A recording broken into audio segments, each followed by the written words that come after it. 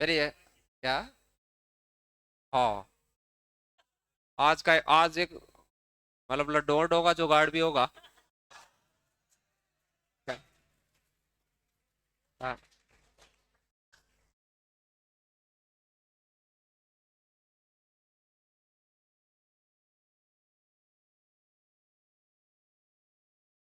एक तो इनकी मैरिज एनिवर्सरी है, और दूसरी ये पहले से ही आरएस अधिकारी हैं। तो मिठाई उठाई भी खिला देंगे आपको।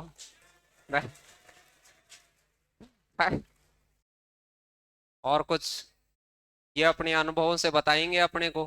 भाई सफलता थोड़ी सी जो, ये जिन चीजों को स्किप करना चाहते थे नहीं कर पाए, उनको अपन कर दें। भाई दो चीजें होती हैं।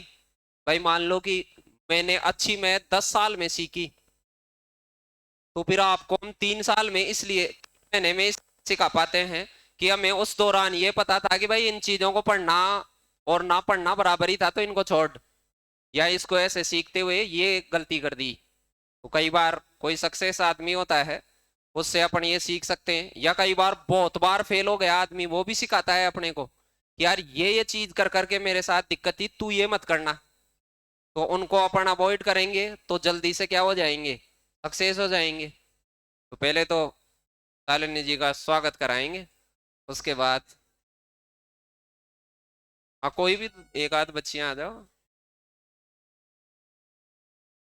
अब यहाँ आने में भी कईयों को दिक्कत रहती है, कभी कभार ऐसे बुलाएं तब आया करो।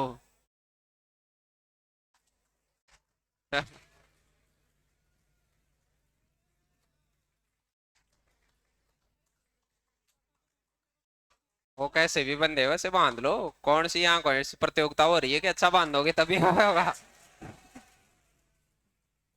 भाई वो अच्छा साफा प्रतियोगिता हो रही है, वहां बांधना होता है कि भाई अपन इनाम जीतेंगे अच्छा बांध के। सम्मान में तो कैसा भी बांध लें आप। हाँ, ये पहले से भी आरएस थे, अब की बार से और बढ़ गए हैं ऊपर। तो डबल बार सेलेक्टेड हैं। तो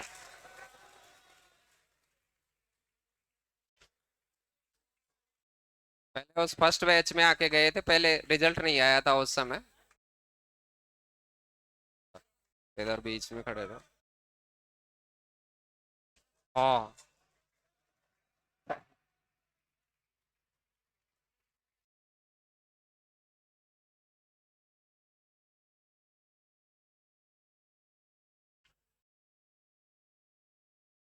पिछली बार कहा था सीख के आना। इसको घर ले जाना और आज से ही बांध बांध के प्रैक्टिस करना। हाँ,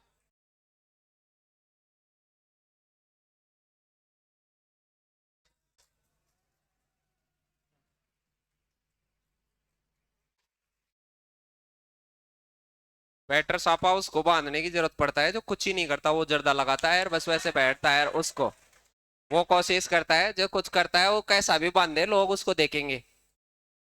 नहीं समझे? अभी थोड़ी देर पहले मैं यही बता रहा था आपको कि भाई बैटर की कब जरूरत पड़ती है, जब आप में लखनऊ की कमी हो। वरना तो कैसे भी चप्पलों में भी निकलेगा लखनऊ वाला आदमी, तो कोई दिक्कत नहीं है, उसको तगड़े वाले शूज पहनने की आवश्यकता नहीं है। वो तो ज्यादा सजने की जरूरत किसको पड़ती है? औरत हो तो ज्यादा, कम लक्षण होते हैं उसको ज्यादा सजने की जरूरत पड़ती है। वरना मान लो कोई बड़े वाली कंपनी की सीईओ है, उसको सजने की जरूरत नहीं है, वो वैसे टी शर्ट पैंट में भी जाके ऐसे बैठ जाती है, शांति से रहते नहीं रहते। और जिनको ऐसे लगता है कि मेरे अंदर बिल्कुल ही कम लक्षण है तो ज्यादा सजो रहे, ज्यादा देखेंगे, तो वो वाले नहीं है। नहीं सही है वो, अनकंफर्ट लग रहा है तो चलो, तो अब पहले तो भागना जी सुन लो कुछ बातें, फिर इनसे पढ़े सुनेंगे। अब पढ़ोगे थोड़ी।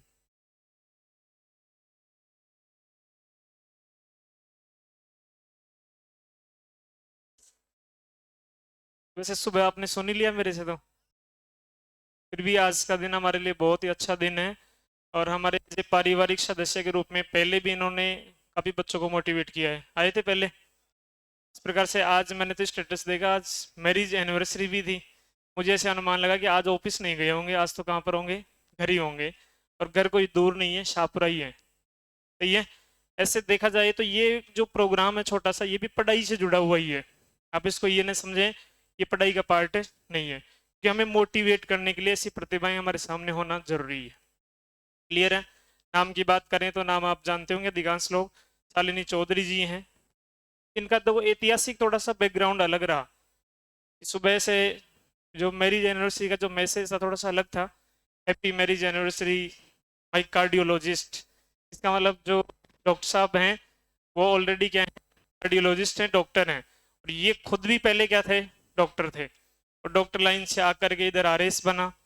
आरएस बनने के बाद में दोबारा से भी एग्जाम दिया, पिछली बार भी सिलेक्शन हो गया, और अब की बार दोबारा से फिर से इंटरव्यू है। तो कंटिन्यू अपने पथ पर अग्रसर रहना बहुत बड़ी चुनौती है। तीसरी बात, विशेषकर गर्ल्स के सामने ये पारिवारिक जिम्मेदारियां बहुत ज्यादा होती हैं। बच्चे भी हैं, बच्चे वैसे पढ़ने थोड़ी देते हैं, किताबों को लेते होंगे। तो काफी सारी बहुत से बड़ी मुसीबतें, और कंटिन्यू अपने कर्तव्य के प्रति निर्वहन करना, ये बहुत बड़ी खुशी की बात है। इसलिए जोरदार तालियां एक बार। और इन्होंने एक प्रॉमिस तो किया था कि जब भी कोई नया बैच हो ऐसे बीच बीच में बुला लिया करो। बुलाने की जरूरत नहीं है, आज खुद ही आए हैं, इसलिए आपको बहुत सारी बातें बताएंगे। बातें कौन कौन सी हो सकती हैं, कैसे पढ़ें, क्या पढ़ें, टेस्ट देना चाहिए या नहीं देना चाहिए, कैसे रिवीजन करें। तो छोटी छोटी बातें मेरी तो रोजाना आप सुनते ही हैं, मेरी वाली बातों को इधर से सुन के इधर से निकाल ही देते हो। आज जरूर आप लोग सुनेंगे भी और उनको आत्मसात भी करेंगे। शालिनी जी।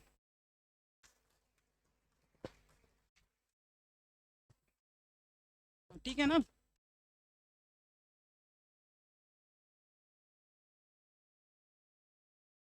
क्या हुआ? सबसे पहले तो आप सबको मॉर्निंग, कैसे हो? काफी बच्चे नए हैं मुझे लगता है ना? पूरा बैच नया है। अच्छा, तो सबसे पहले तो मेरी तरफ से आप लोगों को शुभकामनाएं। शुभकामनाएं इसलिए आपने सबसे अच्छे मार्ग को चुना है, जो है शिक्षा। क्योंकि ये ऐसी चीज है जिसको ना कोई छीन सकता है किसी से, ना कोई आप किसी को दे सकते हो। ये ऐसी चीज है आपको खुद को गेन करनी होती है। जो आपकी अर्जित संपत्ति जिसे कहते हैं ना, वो सिर्फ एकमात्र शिक्षा है। तो आप सबको बधाइयाँ कि आपने सही मार्ग चुना। दूसरी चीज ये कि कोई भी सफल व्यक्ति, चाहे वो महिला हो चाहे पुरुष, तो एक दिन में सफल नहीं होता। अगर आज आपके सामने खड़े हैं तो हम भी किसी दिन आपकी अवस्था में थे, स्ट्रगलिंग फेज में थे। तो उस समय पे क्या होता है, आप डीमोटिवेट भी होते हो, आपको डिप्रेशन भी आता है, आप कर्तव्य से भटकते भी हो, पथ भ्रमित जिसको बोलते हैं ना, पथ भ्रमित मतलब क्या करना है क्या नहीं करना है। तो ये सिचुएशन सब लोगों के साथ आती है। लेकिन सबसे अच्छी बात है आपको अच्छा मार्गदर्शक मिलना, जो आपको सही रास्ता दिखाए कि क्या करना है। क्या करना है से ज्यादा जरूरी होता है क्या नहीं करना। क्योंकि ये कॉम्पिटेटिव एग्जाम है, इसके सिलेबस का कोई अथा मतलब कोई था नहीं है। था मतलब आप इसकी कोई सीमा निर्धारित नहीं कर सकते कि पेपर कहाँ से आएगा क्या आएगा। अब आरपीएससी निरंतर अपना पैटर्न बदल रही है, आउट ऑफ द वे जाके क्वेश्चंस पूछे जा रहे हैं। इवन छोटे एग्जाम्स में भी, अगर आरएस को छोड़ें तो छोटे जो एग्जाम्स है ना, उनमें भी वो आउट ऑफ द वे जाके क्वेश्चन पूछ रहे हैं। तो मेरा तो ये मानना है कि जब आप अपने लक्ष्य को बड़ा रखो, जब आप आरएएस की सोचोगे, तो आप कहीं ना कहीं अगर आप अपने लक्ष्य के प्रति समर्पित हो तो निश्चित रूप से आप सफल होगे। तो किसी भी लक्ष्य को आप निर्धारित करते हो तो उसकी तरफ पहली सीढ़ी होती है निरंतरता, यानी कॉन्टिन्यूटी। आपको निरंतरता रखनी है। ये सबसे पहला जो की पॉइंट है वो निरंतरता ही है। आपको रोज कंटिन्यू पढ़ाई करनी है, 1 घंटा 2 घंटा 5 घंटा 6 घंटा, किसी दिन 10 घंटे भी, वो डिपेंड करता है। क्योंकि कभी कभी सिचुएशन हमारी ऐसी होती है कि हम किसी हर दिन हर व्यक्ति 10 घंटे नहीं पढ़ सकता, इवन टॉपर्स भी नहीं। लेकिन आपको ये कोशिश रखनी है कि मैं अपना मैक्सिमम टाइम जो भी दिन का है वो अपने लक्ष्य को दूं। क्योंकि समय को जब आप समय देते हो तभी आपका समय आता है। समझ रहे हो मेरी बात? तो समय की कद्र करना सबसे ज्यादा जरूरी होता है।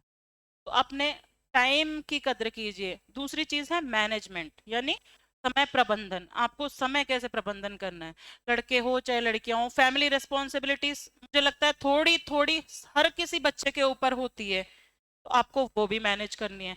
तो आप, हर किसी की फैमिली कंडीशन अलग है, आप उनको कैसे मैनेज करते हो अपने टाइम टेबल में, अपनी पढ़ाई में, उसको भी आपको अपने रूटीन में ढालना है। मेरे जुड़वा बच्चे हैं, उसके बाद मैंने तैयारी शुरू करी, उनके होने के बाद, और फर्स्ट अटेम्प्ट में सिलेक्शन लिया आरएएस में, सेकंड अटेम्प्ट में भी सिलेक्शन लिया, और थर्ड अटेम्प्ट में भी इंटरव्यू दे रही हूँ। तो इसके लिए जो सबसे दो की पॉइंट जो मैं अपनी तरफ से कर सकती थी वो थी कॉन्टिन्यूटी और टाइम मैनेजमेंट, यानी निरंतरता और समय प्रबंधन। ये हो गया आप अपनी तरफ से जो कर सकते हो। फिर कोचिंग आपके लिए क्यों जरूरी होती है? कोचिंग इसलिए जरूरी होती है कि आपको क्या नहीं पढ़ना है, क्योंकि मार्केट में हर चीज के लिए हजार ऑप्शन अवेलेबल हैं।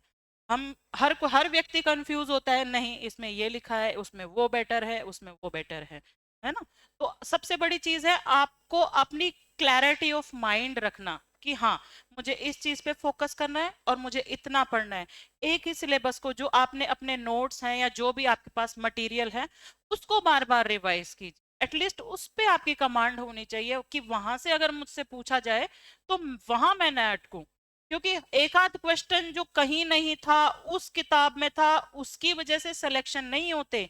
सिलेक्शन होता है मेजॉरिटी, जो हर जगह कॉमन मिलेगा। आपको हर बुक में एक लाइन दो लाइन डिफरेंस मिलेंगी फॉर श्योर, आप कहीं भी जाइए, लेकिन आपको अपने ऊपर कॉन्फिडेंस रखना है। बेस जो आपका कोर स्टडी मटेरियल है वो हमेशा एक ही होना चाहिए, आपको उसको रिपीट मोड पे रखना है। अगर आपको कुछ एडिशनल मिलता है तो आप उसी के साथ ऐड ऑन करते रहिए। तीसरी, हाँ, उसी चीज को, एक ही चीज को 10 बार पढ़ना है, ना कि 10 चीजों को एक बार। अब फिर हमें क्या होता है, हमें ये भी ध्यान होता है किस पेज पे किस साइड कौन सी लाइन लिखी हुई थी, उससे क्या आपका कॉन्फिडेंस बिल्डअप होता है, और कॉन्फिडेंस का ही खेल है सारा। जब आप कॉन्फिडेंट होते हो तो आप कई बार जब तुक्के लगाते हैं ना हम ऑब्जेक्टिव में, वो भी सही हो जाते हैं। तो कॉन्फिडेंस बहुत जरूरी है। फिर उसके बाद टेस्ट की बारी आती है। तो टेस्ट, कुछ लोग बच्चे शुरू शुरू में डर के मारे टेस्ट नहीं दे पाते, मेरी रैंक नहीं आएगी, मेरे नंबर नहीं आएंगे। अरे ये कौन सा आपका फाइनल एग्जाम है भाई, इसमें आप अपने आप को प्रैक्टिस करोगे, आपको आपकी कमियां पता चलेंगी कि मेरी ये कमी है, मुझे इस पे वर्क करना है। तो टेस्ट जरूर दीजिए। उससे क्या होगा, एक तो टेस्ट की फोबिया की वजह से, मोस्ट ऑफ पीपल तो है उनको टेस्ट फोबिया होता है, तो टेस्ट फोबिया की वजह से आप प्रिपेयर करोगे, आपको लगेगा मैं एग्जाम देने जा रहा हूं, तो वो जो एग्जाम प्रेशर उस दिन आएगा वो आप ऑलरेडी 50 बार झेल चुके होगे। तो आपको एग्जाम वाले दिन लगेगा ही नहीं कि मैं एग्जाम देने जा रहा हूँ या जा रही हूँ, आपको लगेगा मैं तो कोई टेस्ट ही लिखने जा रहा हूँ। और आप तब तक उस फेज से निकल के इतने मंझ चुके होगे कि आपको ना घबराहट होगी ना एंजाइटी होगी। तीसरी चीज, टेस्ट देने का फायदा यह है कि आपको ये पता लग जाता है कि मैं इस सब्जेक्ट में कहाँ स्टैंड करता हूँ, या मुझे किस सब्जेक्ट में कितना फोकस करने की जरूरत है। तो टेस्ट जरूर दीजिए रेगुलर बेसिस पे, एक भी टेस्ट मिस नहीं करना है। अगर कोई दिन टेस्ट छूट जाए, आप टेस्ट पेपर लेकर के नेक्स्ट डे लिखिए, कभी भी लिखिए, कभी भी दीजिए। सबसे ज्यादा जरूरी है आत्म मूल्यांकन, क्योंकि जब हम पढ़ते हैं तो हमें लगता है हमें सब कुछ याद हो रहा है, लेकिन 10 दिन बाद हमें कुछ याद, जब हम टेस्ट पेपर लिखते हैं तो जो हमें याद होता है हमारा फोकस उस पर नहीं जाता। हमें जो 50 में से 15 क्वेश्चन नहीं आते ना, वो हमारे दिमाग में सबके घूमते रहते हैं, अरे वो क्वेश्चन क्या था, वो क्वेश्चन क्या था। तो इसका मतलब जो नहीं आता ना उस पे फोकस हमारा हो जाता है, तो फिर हम उस पे कमांड करने की कोशिश करते हैं।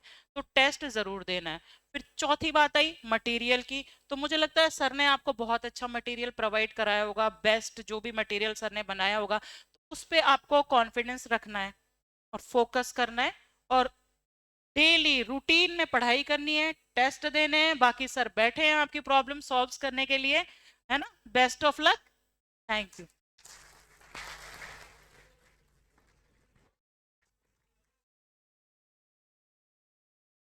बहुत बहुत धन्यवाद। मटेरियल की बात करें, आपके नोट्स मिल गए कौन कौन से, मैथमेटिक्स और रीजनिंग के।